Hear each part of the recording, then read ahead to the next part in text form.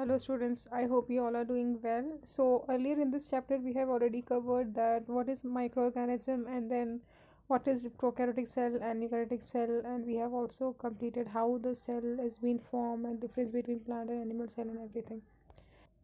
Now we are going to talk about the growth of microorganism, that where do see this topic we have already covered, but still just to give a quick revision, that each microorganism need a specific environment for the growth and they are found everywhere, almost everywhere. And some microorganisms are they grow in everywhere. I mean, they can grow without oxygen, they can grow with the help of oxygen as well, so it is called as anaerobic. Okay. And some microorganisms survive even in extreme adverse conditions like ocean floor or polar region, hot water spring, etc. And during adverse condition they have a specific characteristic that they can form a protective covering inside, like all around them, so they can protect themselves. And this you can say, when they have a favorable condition for them to grow, they can grow. So this is why they are the most successful microorganisms on earth. So where do the microorganisms grow? So we know already the answer, that it can grow almost everywhere. But what is the medium? So soil, water, decaying matter, etc. are the microorganism needs this medium, and temperature needs 25 to 37 degrees Celsius. Nutrition is, you cannot have a common nutrition for every microorganism. It is based on their choice. Okay. Example: algae, chlorophyll, oxygen, atmosphere. These are the nutrition actually which they require. And the atmosphere should have or moist or humid or warm. If the atmosphere is quite moist or humid or warm, then the microorganism is going to grow lavishly, especially in the in summer season. Your food tends to spoil, at within 2 or 3 hours. But that too in winter season, आपको जो पकाया हुआ food है वो जल्दी ख़राब नहीं होता है, बट गर्मियों में बहुत ख़राब हो जाता है जल्दी, और बारिश में भी यही होता है. Why? Because this moist humid and warm. Moist यानी थोड़ा सा जहाँ पे मॉइस्चर ज़्यादा हो, हवा में मॉइस्चर ज़्यादा हो, पानी ज़्यादा हो. ह्यूमिड एंड वार्म यानी कि गर्म ऑब्वियसली. सो ये जो एटमॉस्फेयर होता है माइक्रो ऑर्गेनिज्म के ग्रोथ के लिए बहुत ही ज़्यादा हेल्पफुल होता है.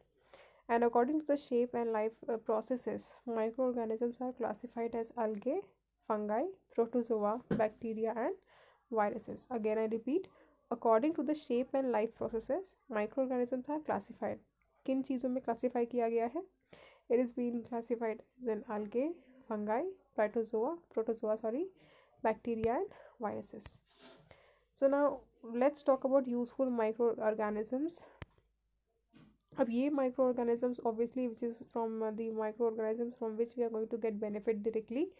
So microorganism present in soil, dung, etc. decompose the garbage to obtain food material.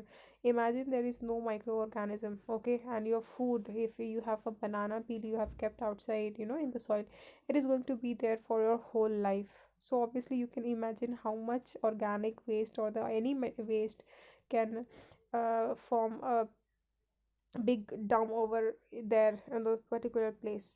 So that is why these useful microorganisms, they decompose the garbage. All right. So you don't have heap of organic material, or you can say degradable waste around your place. Why? So as a result, garbage is soon converted into manure of the best quality, and our surroundings are kept clean. So, as in the case of garbage, for proper sewage disposal too, microorganisms are released into sewage so as to help in the quick decomposition of the organic compound in it. For example, when you have this oil spilling disaster on ocean, where lakhs of thousands of kilometers were covered with this oil. So these microorganisms are again helpful there to digest this oil which is on the water, so that the species which are living inside the ocean can survive, because this oil doesn't allow oxygen to mix with water, and that is why the fish can die. And also there are various harmful chemical present in the oil. So again, microorganisms are helpful in that case as well. So we have seen that some microorganisms present in the soil and those in the root nodules of leguminous plant convert atmospheric nitrogen into the compound. leguminous plants यानी कि जैसे आपके दाल, जो ऐसे चीज़ जो protein ज़्यादा आपको देते हैं, ऐसे प्लांट जिसमें जो आपको जैसे सोयाबीन हो गया, दैट इज़ लेग्यूमिनस प्लांट, जिसमें नाइट्रोजन ज़्यादा लगता है. So it is called as leguminous plant. और ये लेग्यूम प्लांट्स जो हैं वो काफ़ी ज़्यादा नाइट्रोजन यूज़ करते हैं for their growth. So this microorganisms are again helpful to fix the atmospheric nitrogen into the nitrogen. Example, nitrate, nitrite, ammonia. So nitrites, these are the form of nitrogen which these plants can directly use for their growth. तो ये convert कौन करता है, हवा में जो nitrogen उसे कौन convert करता है usable form of nitrogen जिससे plant directly ले सके. It is with the help of then again a microorganism. So these nitrogenous compound so these nitrogenous compounds help to increase soil fertility, and thereby the protein content of the pulse grow in that protein content of the pulses which grow in that soil is very rich in the proteins. Now what do you mean by fermentation?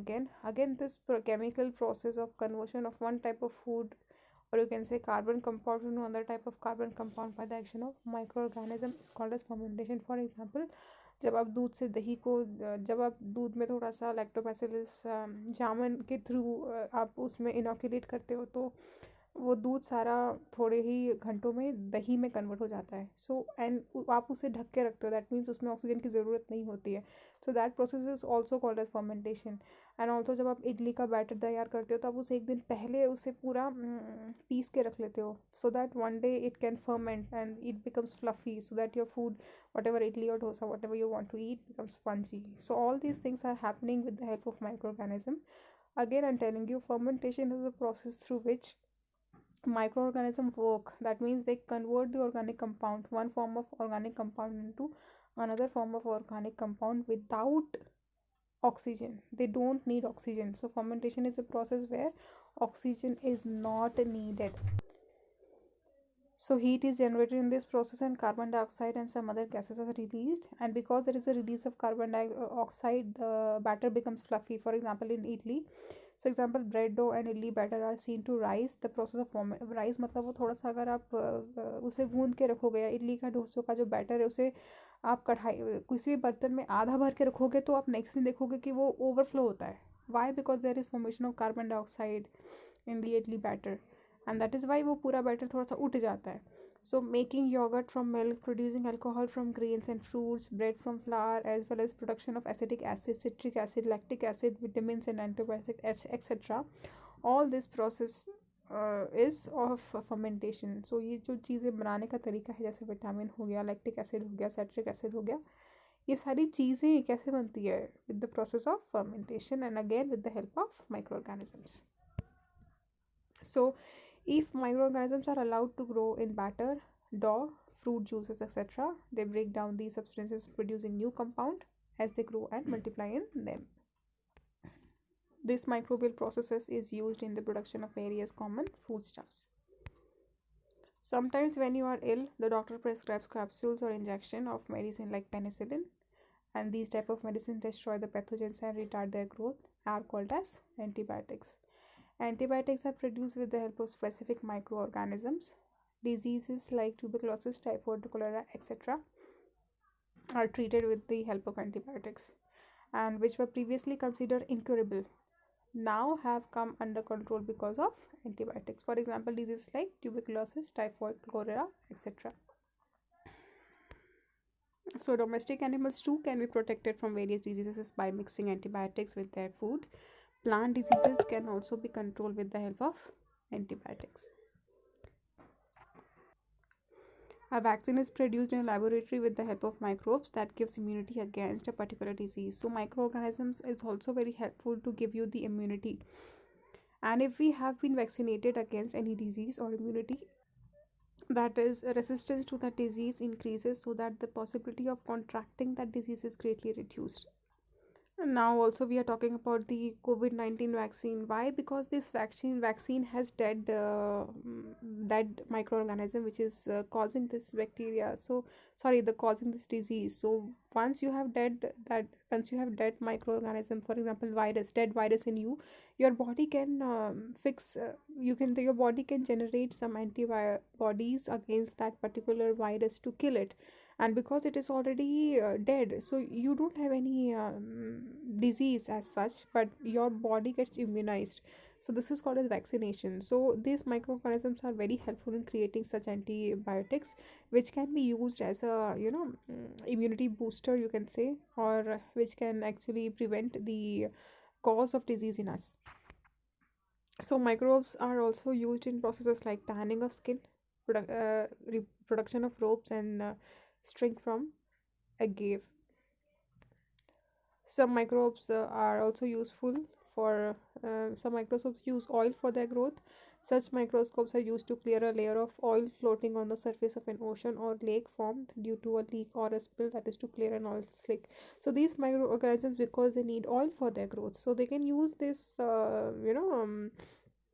they can digest this oil which might have spilled or leaked on the ocean surface, right? So farm waste, human urine, pieces, when wet garbage, etc., is collected and used in a biogas plant to produce biogas and fertilizers with the help of these microorganisms. Always remember, though antibiotics are useful for curing certain disease, they can be harmful also. Even antibiotics can be harmful if used, only if it is used without consulting a physician. तो आपको अपने doctor से बिना पूछे कोई भी दवा नहीं खानी चाहिए, कोई भी नहीं. So hence a course of antibiotics should be completed strictly following the doctor prescription, and in fact we should not take any medicines on our own to treat ailments like body aches, headaches, common cold, etc. क्योंकि हम common cold के समय भी अपने अपने आप को doctor मानते हैं और कुछ भी खा लेते हैं. But you should ask a doctor if the doctor has said कि ओके अगर आपको आगे जाके कभी भी सर्दी होती है तो आप ये दवाई खा सकते हो, that time you can eat. Fine. Now harmful microorganisms, हमने सारा देखी चीज़ें देखी है यूजफुल माइक्रोऑर्गेनिजम्स के बारे में. So next time we are going to talk about harmful microorganisms as well. So till then, you just revise what is useful microorganisms, what we have discussed right here. And if you have any doubt, please ask me. Till then, please do read and take care.